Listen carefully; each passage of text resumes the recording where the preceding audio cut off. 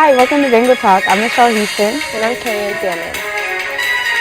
The Rules and Regulation Board of USG on campus has announced a major change to their constitution that will affect all future student senators.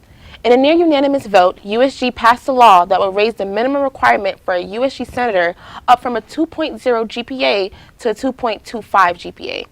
USG President Derek Jordan was in favor of raising the GPA requirement, stating that as the top representative on this campus, it is only right that we strive to be the best academically as well. This new law will be implemented in the USG Constitution soon, but will not take effect until the June 1st of this year, giving students until the fall this semester to raise their GPA levels. Buffalo State also plans on converting Bishop Hall into student housing, which will relocate current students into Buckham Hall. That is currently located near Stack. D-Wing is under construction also. The final date has been set for the opening of those units. If any students have any more questions about future projects and how it will impact them, they can visit facilities.buffalostate.edu for more information. Over the past 5 years, Buffalo State has also seen construction taking place constantly. The biggest job that was done was the new math and science buildings. Officials have also made improvements to Tower 1 and 4, as well as remodeling the student union. The next big plan is for the installation of new alumni house and visitor centers that will be named after Jacqueline V. LaRusso, who donated $500,000 towards the construction center. The center will be located on the Grant Street entrance and used as a welcoming addition for that part of the campus. Buffalo State has been going through a great deal of change lately, and it will continue in the future. It has been announced that the renovations on Claudio Hall should be finishing up soon, with the grand opening set for spring 2017. Most of the major work will be done by the end of this semester. The school is using the fall for the final tune-up to the building Claudio Hall. It will be home to the Hospitality, Health, Nutrition, and Dietetics program. The building will feature a new Grand Plaza entrance as well as a state-of-the-art kitchens and food tables. Buffalo State also announced plans on converting Bishop Hall into student housing, which will relocate current students into Buckham Hall. No final date has been set for the opening of these units, but if any student has any more questions about future projects, they can visit facilities.buffalostate.edu for more information. Students and professors raised questions on how to improve communication amongst each other. Even though mutual meeting places are available on campus, such as the Union, professors are less likely to be seen there, and most times to meet with a professor is only through office hours. Most students are also unaware where to go for advisement for upcoming classes. Students have given suggestions such as meeting in the technology building or meeting at a place where both students and professors can relax.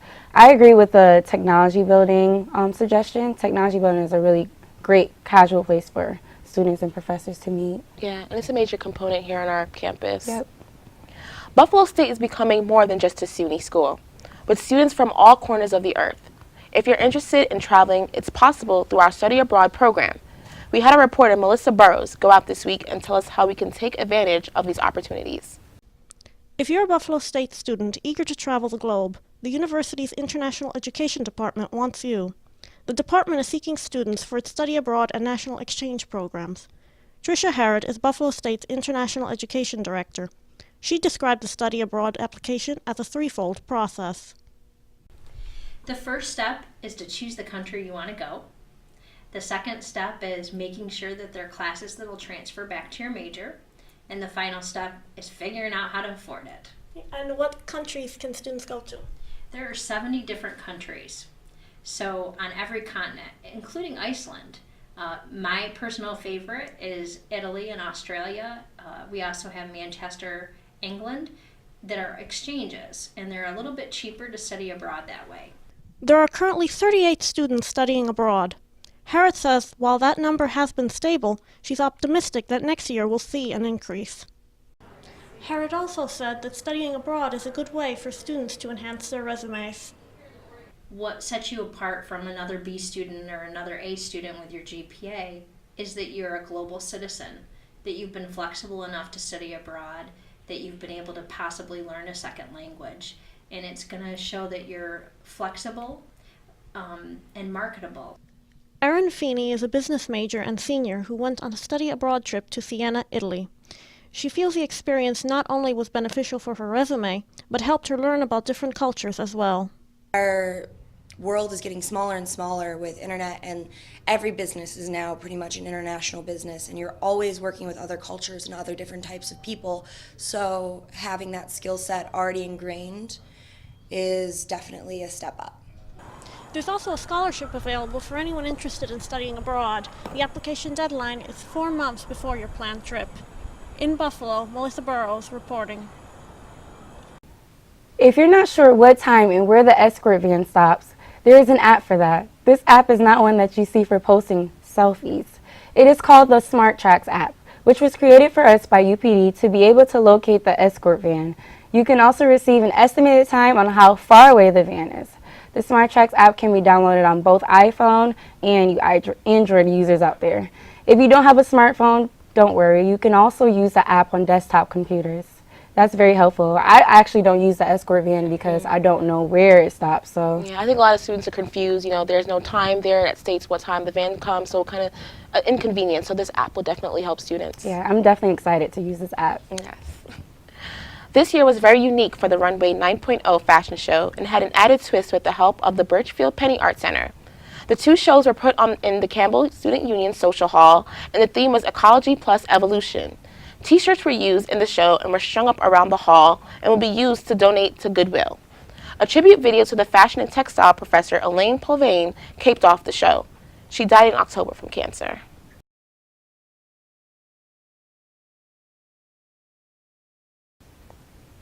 Speaking of fashion shows, we have a big upcoming one called The Grunge Project. Our own student, Toya Mendez, entrepreneur, will be debuting her new fashion line, so I'm really excited about that. I heard it's supposed to be like a outside fashion show. Yeah, that's what's different about it. It's going to be behind Stack's parking lot. It's kind of like a Kanye West Yeezus kind of vibe to it, so I'm really looking forward to it. Okay, I like that.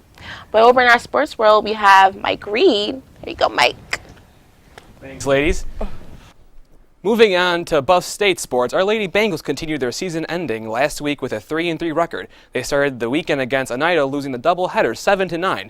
The nightcap ended 2-3. They then traveled to New Paltz, where they split the two games. After losing 2-3, they bounced back to a win 6-0. The final set of games were at home, where we swept Nazareth, holding them to 2 runs combined in both games. The next week of games come at home, so be sure to go out and get your tickets. Now on to lacrosse. Women's lacrosse had a tough week as they lost both of their games. It was a close throughout the game versus Oneida, losing by 1 run, 14-15. The second game of the week on the road versus Oswego didn't go as planned either, with the ladies losing 17-7. They have lost 6 of their last 7 games, dropping their record to 4-10. The team will come home this week to face Fredonia on April 26th, and on Saturday, April 30th, versus SUNY Canton. And now let's on to track and field, where the season kicked off this past week as the team participated in the first outdoor event. After the first 2 meets were canceled due to weather, the team trailed to Newport, New Virginia at the Pomoco Stadium. Our teams took part in the long jump, high jump, 100-meter, and 400-meter dashes. Jamie Mullings, who is a sophomore, highlighted the Bengals' docket, winning the high jump, clearing the 8th highest mark in Division III this season at 2.3 meters. Now let's head it back to the beautiful ladies of BSC TV Bengal Talk, Michelle and Carrie Ann. Thank you for calling us beautiful, Michael. I feel so special. Thanks so much for that report, Mike. Buffalo State has a lot of amazing events going on, mainly our Spring Fest, which is next week, Thursday, the 28th. What do you feel about that? I'm very excited, actually. I love Bryson Teller. I actually predicted that he would come. I did a lot of research, so I'm ready to hear it. Don't. What about you? Are you excited about it? I'm super, super excited. You know, a lot of people were a little bit upset about the lineup, but, you know, I feel like overall Spring Fest is a time for students to relax. You know, finals are coming up. You know, just enjoy yourself. Tickets are only $5. You can't beat that, so I'm really looking forward to it. All right. Well, thank you for tuning in with us, guys. That was Bengal Talk. Stay tuned for next week.